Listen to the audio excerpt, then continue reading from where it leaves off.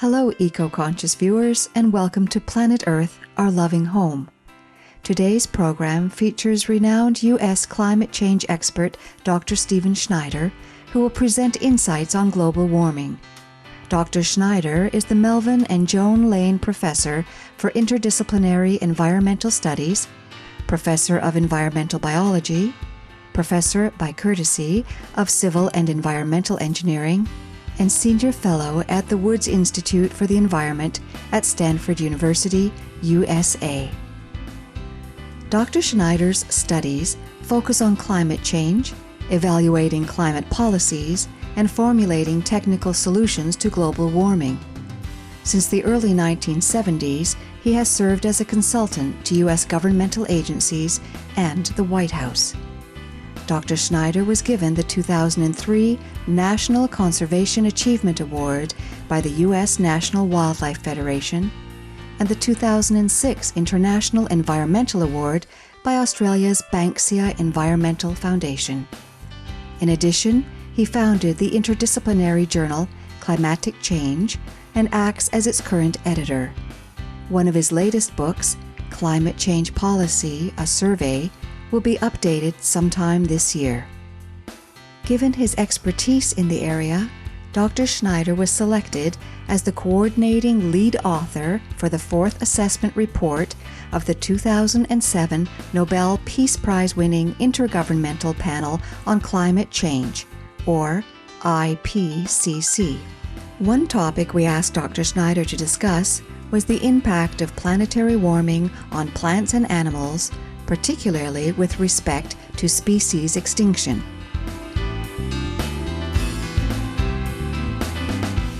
Can you further explain how the insects, plants, and animals affect the air that we breathe and why people should care about these extinctions, why this matters, and why, especially at such an accelerated rate of warming, it matters even more?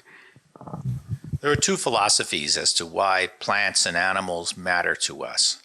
One is just simply in the tradition of most cultures and most religions, which is that humans have a stewardship responsibility for protecting nature and natural systems and living things. And that's an ethical idea. The second one is what's called ecosystem services. If you deforest the hillsides and then the soil erodes, then in a heavy rainstorm, all the water washes off in a big hurry and you flood downstream, whereas if the trees and the soils were there, you wouldn't have had flooding. So the ecosystem service is flood protection. You want to replace it, it costs you $1 trillion in flood control infrastructure with dams and other things, and it doesn't even stop the dams from silting up after 20 years. If we chop down tropical forests and change the climate and lead to the extinction of 30 or 40% of known species, which is the forecast that IPCC made based upon projections of the mid to upper range of warming, something like 3 to 5 degrees, a lot of the species are going to disappear. Nobody even has documented. You know, how many millions of beetle species in the Amazonia will disappear without even being known to science? If we lose them, we are losing, in a way, nature's Library of Alexandria, the volumes where life and the climate have co-evolved for millions of years. Scientists around the world are studying rising global temperatures as they affect the Earth's flora and fauna. There have been a number of people over the last 25 years who've been measuring how species in their region changed with temperature. And these were on all 6 continents, but primarily Europe and North America, because that's primarily where the scientists are. And what it showed was that plants over the last 50 years have been blooming a week or two earlier in the spring. Just look at the emperor's cherry blossoms, and birds coming back earlier, and that of those species that were moving, maybe 70 or 80% of them were moving toward the poles or up mountains, which is exactly the direction you'd expect. 20% were not. Nobody understands that. Most species haven't even been measured. So the question that you have to ask is, of those that have been measured, how many are moving in the expected direction? How many are not? About 80% were. If you took a coin and you flipped it 1,000 times, you got 800 heads. I don't think you'd consider that coin to be fair. So we are very confident that this is a real event.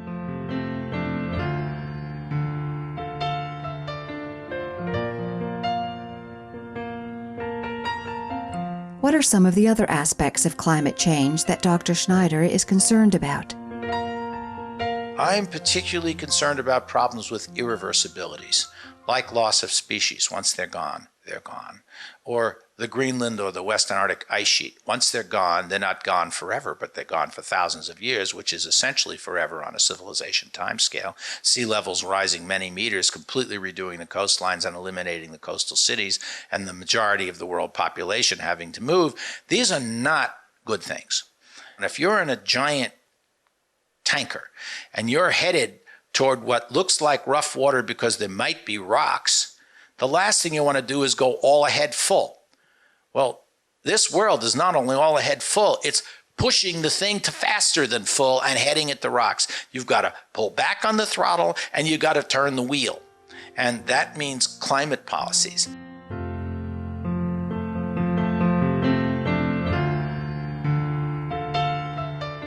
When we return, we will have more from our conversation with Dr. Stephen Schneider, esteemed scientist and coordinating lead author for the fourth assessment report of the Intergovernmental Panel on Climate Change. Please stay tuned to Supreme Master Television.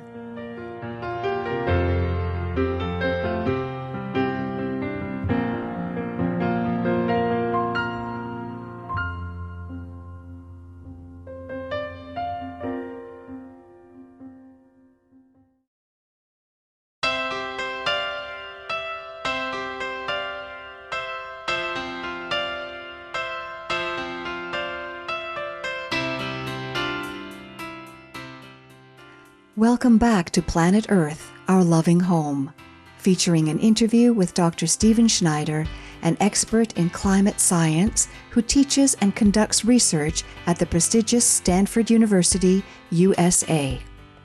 Dr. Schneider suggests that other governments can learn from the successful efforts of the state of California in the USA with respect to reducing greenhouse gas emissions and thus helping to mitigate global warming.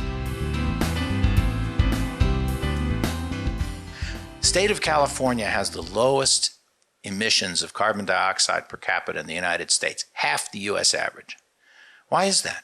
It's not by accident. It's because the state always had a culture of community protection, and mostly initially for health reasons, but later on for climate reasons, we've passed stringent rules requiring energy-efficient windows, energy-efficient air conditioners, lights. High efficiency means you get the same service. Remember, we don't need energy for its own sake. We need energy to give us light and heat and transportation and industry, but we don't have to have it waste. We have to be efficient. So that's the single most important thing we can do, is to get nationally mandatory efficiency standards so that California is not half the energy use per capita of the rest of the country, but the same. Dr. Schneider also has some suggestions on how we can all help to reduce climate change. If I talk to my students, they immediately tell me, wait a minute, we can't negotiate with how much the U.S. government emits, and we don't have that kind of power. What can we do? And I'll generally say, well, how many times do you drive somewhere? Well, fairly frequently. I say, do you plan your trips? Do you try to, instead of going now and then an hour later, do you think if you left a half an hour, you could combine them and make one trip? When you go to buy a car, a refrigerator, or an air conditioner, do you ever read the label? Do you make certain it's Energy Star? Do you read it and make certain that you're buying the most efficient one? In fact, if the refrigerator costs $1,000 with relatively poor insulation and not a very good performance, and another one costs $1,100, yet it saves you $25 a year in electricity, that means you're paying it back in 4 years. That's incredible. That's better than any bank interest rate. That's better than any safe investment. So not only are you saving yourself money, but you're reducing air pollution that sends kids to the hospital with asthma. You're reducing global warming pollutants. And you're reducing our dependence on coal and oil and other energy production systems. So there's stuff you can do. Are all your light bulbs properly energy efficient, compact fluorescents or light emitting diodes or other things? There's a lot that we can do. Do you turn your computer off? Walk out of the room. Shut off the light. Doesn't seem like much. It's only one person doing that. But what happens if 5 billion people do that 10 times a day? It adds up. In February 2008, IPCC Chief Dr. Pachuri stated that individuals should take personal actions to reverse global warming, including being a frugal shopper, riding a bike, and eating less meat. And in September 2008, when speaking on a panel at Compassion in World Farming, he stated that many scientists had contacted him and told him that the contribution of meat to global warming was much higher than the estimates UN had of 1/5 of global warming. Can you talk about the role meat and dairy play in global warming? We have to also take a look at our own lifestyle. For example, in agriculture, it's quite clear that since animals consume dramatically more grain to put on their body weight than we would if we directly consumed the grain, it's very inefficient, because you're dramatically increasing the number of acres you have to plant and the amount of fossil fuel you have to add to the system in the form of fertilizer and tractors and trucks that take the meat to the supermarkets and then the refrigerators. So it's a very inefficient system, and there have been a number of studies that show that.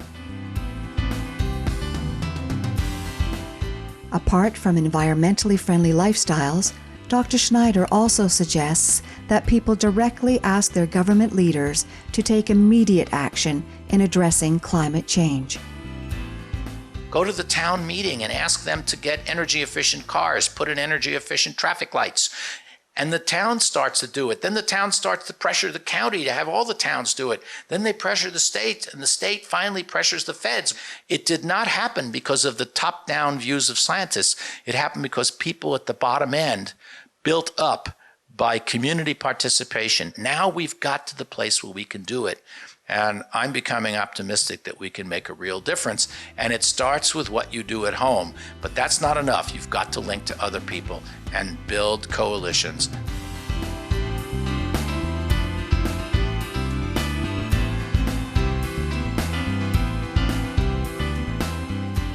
We thank Dr. Stephen Schneider for speaking with us and for working on behalf of the planet by conducting important research in the area of global warming. May our world become cooler through the work of scientists like Dr. Schneider and through our individual efforts such as adopting an organic, plant-based diet. Thank you for joining us for today's edition of Planet Earth, Our Loving Home. Up next is enlightening entertainment, following noteworthy news. May heaven grace our world with love and tranquility.